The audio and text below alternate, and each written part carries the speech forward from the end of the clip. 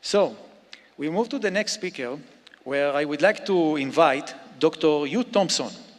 So, Dr. Hugh Thompson did his PhD on mathematics models of software failures.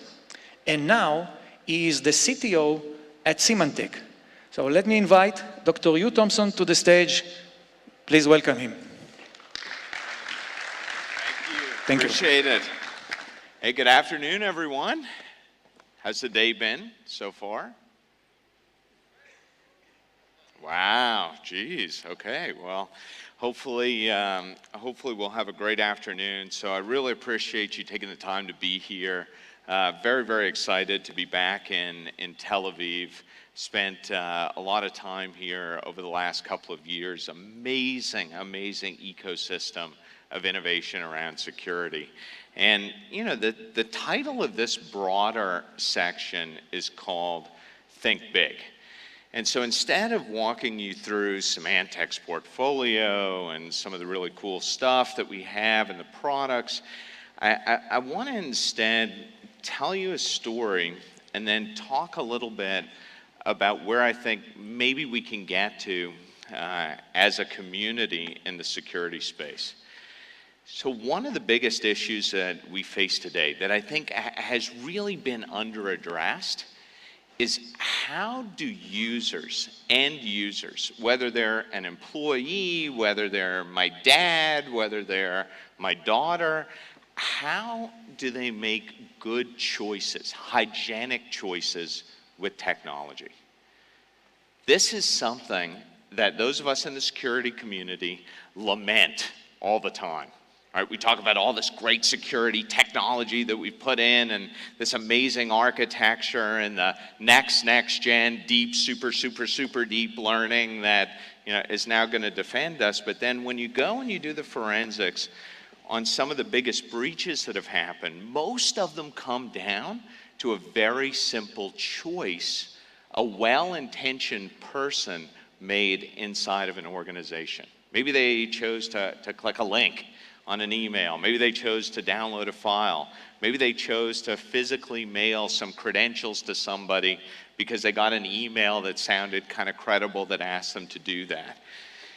And for a long time, we've assumed that the way to deal with this problem is we've got to train them. If we can only train the users to be smarter with security.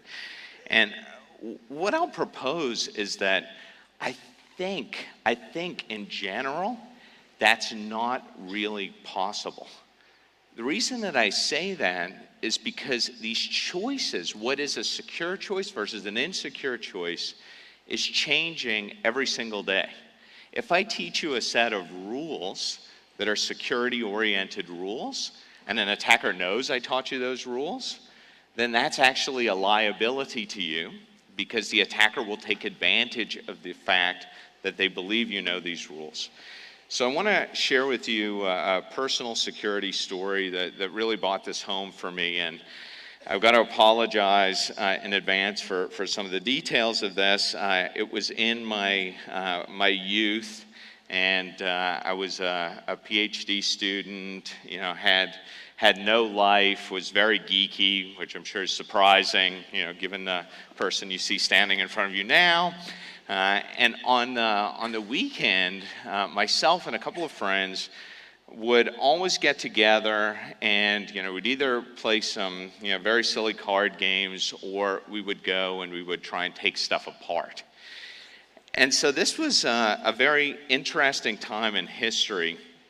It was about 20 years ago, and I won't call it transformational, but an important piece of technology had just come to market. It was the world's first talking Barney the dinosaur doll. I don't know if anyone here is familiar with Barney the dinosaur. Do you know of such a creature? Some applause. Applause for Barney. Wow, that's amazing.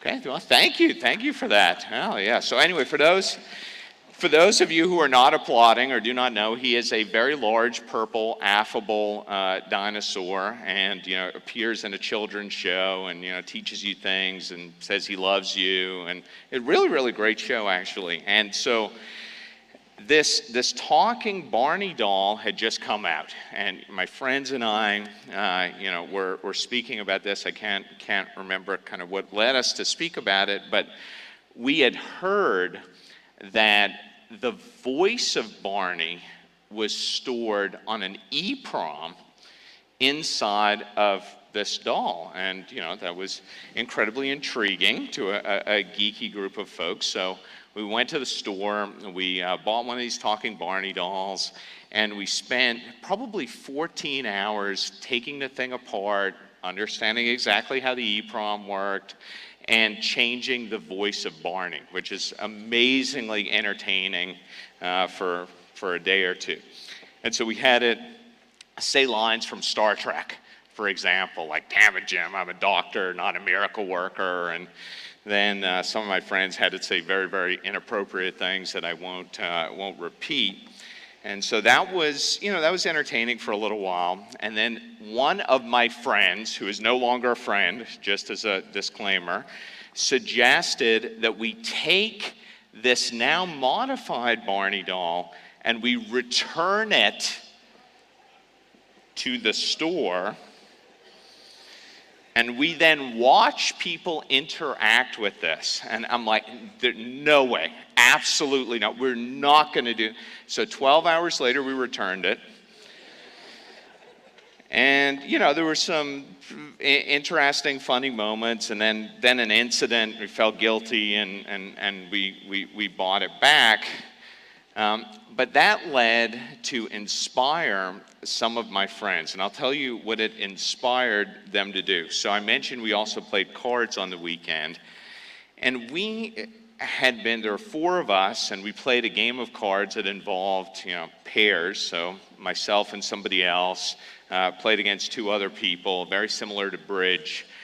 And we had been losing. My partner and I had been losing consistently for about 4 or 5 weeks. And I knew that this couldn't be right. I mean, these guys just weren't that good, right? Just to be level set, and you don't know them, so it's okay for me to say that. And so eventually we accused them of cheating at the game. Look, you guys, there's something that you're doing. You're marking the cards. There is something that you're doing to this deck. So they proposed to us, look, what we'll do next weekend, we will go to a neutral third party, which in our case was a 7-Eleven convenience store down the street. We will purchase a brand new deck of cards together, and then we will use these cards to play. Is that an acceptable trust solution for these cards? And we said, yes, that seems reasonable. So we do that, we buy the cards, we play, and again, we get destroyed in this card game. And so finally, out of guilt, they admitted to me that what they did, inspired by this Barney stunt that we'd done the weekend before that, they had gone to 7-Eleven the day before. They bought every single pack of playing cards at 7-Eleven. They took them home, they opened them up, they marked them, they sealed them back up in the boxes, and they returned them back to 7-Eleven. And so no matter which pack of cards we picked the next day, no matter which one we bought, it was going to be marked. And we had no idea. We essentially trusted that in this transaction, 7-Eleven was a neutral third party. I bring this story up mainly because I'm still kind of upset about it, and I thought I could just share it and maybe feel better after verbalizing it. But I bring this story up to say that we today have so many trust choices that we have to make with systems, with applications, with devices, that we really don't have good insight into what the chain of custody of those devices were, or what's on the back end of those applications, or how are they using our data. It is almost impossible for the average person to make good trust choices with the way that we've designed technology today. Think about my dad downloading an app on his Android phone, and it asks him a question. Hey, Do you want this app to have access to your location? And he's like, well, geez, I just want to shoot some birds towards some pigs, but I guess if that's what I need to do to get the app to work, I'll do it. And he has no sense of what he's trading off against. And this is going to happen more and more and more as technology invades all of our lives, and it's going to become harder and harder and harder to understand the risk trade-offs that we're making. We're essentially abdicating risk choices to people who really are not equipped to make those risk choices. Why do I bring this up in this context? I think the only way to solve that is you need to have some kind of security ally that is watching those choices and being a partner with you in those choices, running a huge amount of analytics behind those choices, and then helping you make those choices in a secure and hygienic way.